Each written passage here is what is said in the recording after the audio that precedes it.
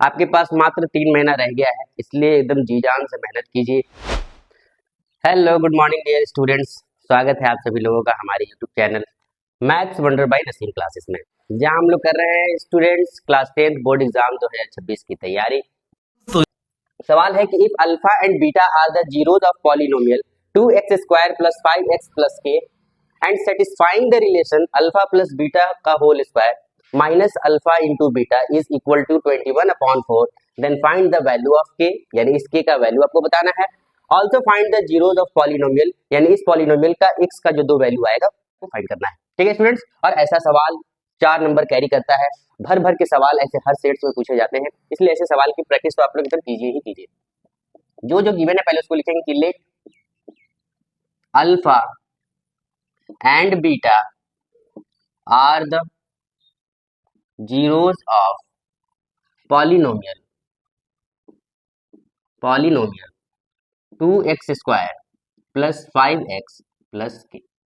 ठीक है, यहां से अगर हम सम ऑफ जीरोस निकालना चाहें, लेट सम ऑफ जीरोस को क्या कहते हैं, अल्फा प्लस बीटा। ये अगर फाइंड करना चाहें, इसका फॉर्मूला क्या होता है, -b/a। ये -b किसको कहते हैं, तो ये x का कॉफिशिएंट होता है, यानी कि कॉफिशिएंट ऑफ ये x होता है, और ये a क्या होता है, तो ये कॉफिशिएंट ऑफ x² होता है। पिछली क्लास में बताए थे कि कॉफिशिएंट किसको कहते हैं, संख्यात्मक गुणांक किसको कहा जाता है, किसी भी वेरिएबल के पास जो नंबर छुपा होता है उसी को कॉफिशिएंट कहा जाता है। x² का कॉफिशिएंट 2 होगा, x का कॉफिशिएंट 5 होगा, और ये लास्ट वाले को कांस्टेंट टर्म कहा जाता है। अब आपको इस पर वैल्यू पुट कर देना है। b आपका क्या है, ये 5 है, लेकिन ये माइनस का b होता है, यानी कि अल्फा प्लस बीटा जो आपका होगा वो क्या होगा, माइनस का 5, और a आपके पास कितना गिवन है, 2, यानी कि ये एज इट इज 2 को लिख देना है। इसको आपको इक्वेशन फर्स्ट मान लेना कि हमने अल्फा प्लस बीटा निकाल लिया, सम ऑफ जीरोस निकाल लिया। अगेन प्रोडक्ट ऑफ जीरोस निकालेंगे, प्रोडक्ट ऑफ जीरोस, इसका फॉर्मूला क्या होता है, प्रोडक्ट ऑफ जीरोस कहने का मतलब अल्फा गुना बीटा, और इसका फॉर्मूला क्या होता है, ये होता है c/a। c means constant term को कहते हैं c, और a क्या होता है, a कॉफिशिएंट ऑफ x² होता है,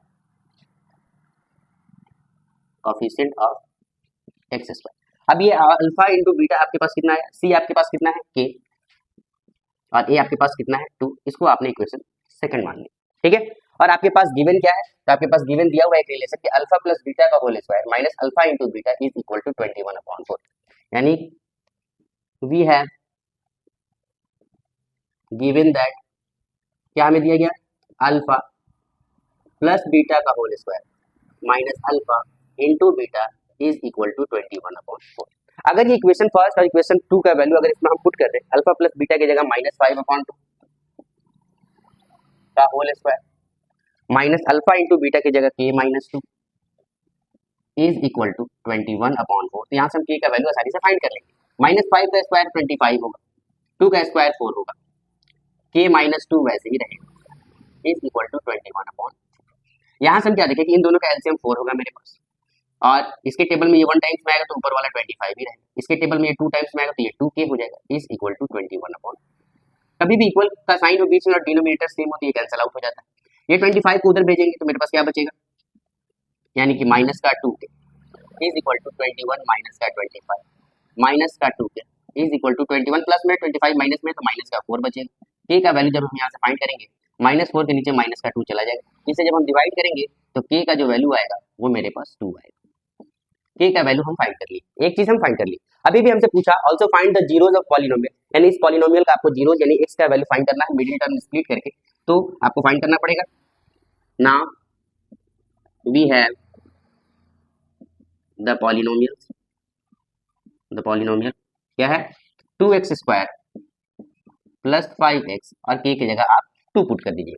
अगर मिडिल टर्म से स्प्लिट करेंगे तो फर्स्ट वाले नंबर को और लास्ट वाले नंबर को मल्टीप्लाई किया जाता है, यानी 2 2 जा 4 का एलसीएम निकाला जाता है, और एलसीएम निकाल के बीच वाली संख्या को लाया जाता है। 5 लाना है, 4 से ही डायरेक्ट डिवाइड कर देते हैं तो 4 1 जा 4, जिसमें 4 और 1 को ऐड करेंगे तो 5 हो जाएगा, और 4 को 1 से मल्टीप्लाई करेंगे तो 4 भी आ जाएगा। ऐसा नंबर 2 उठाया जाता है जिसको जोड़ने या घटाने पर बीच वाला नंबर आ जाए, और गुना करने पर जो है इसका एलसीएम, यानी जो आप दोनों नंबर को गुना किए हैं शुरू और अंत वाले को, उसके बराबर आना चाहिए। ठीक है, यानी कि वो नंबर क्या होगा, तो वो नंबर 4 होगा और 1 होगा, जो दोनों x के फॉर्म में लिखा जाएगा, तो यहाँ लिखेंगे 2x² plus 4x plus x plus 2, ये 4 टुकड़े में हो गया, is equal to 0।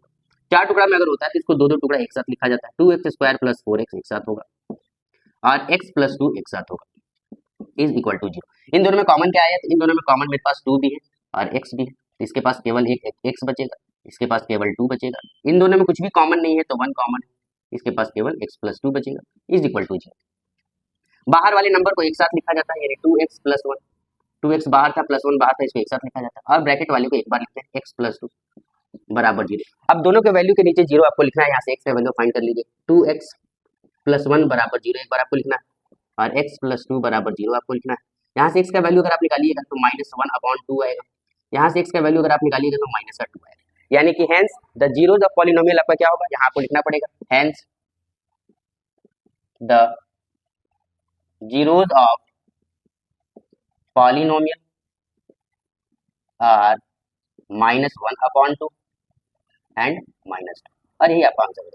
I hope ये बात आपको समझ में आ रहा है स्टूडेंट्स। अगर ये वीडियोस आपको हेल्पफुल लग रहा है तो आप मेरे चैनल पर बने रहिए स्टूडेंट्स, मेरे चैनल को ज़्यादा से ज़्यादा सपोर्ट कीजिए और ये याद रखिए कि आने वाले जितने भी वीडियोस हैं वो सारे के सारे आपके लिए हेल्पफुल होने वाले हैं और बस सिर्फ आपका सपोर्ट चाहिए, आप सपोर्ट जरूर कीजिए। Thank you.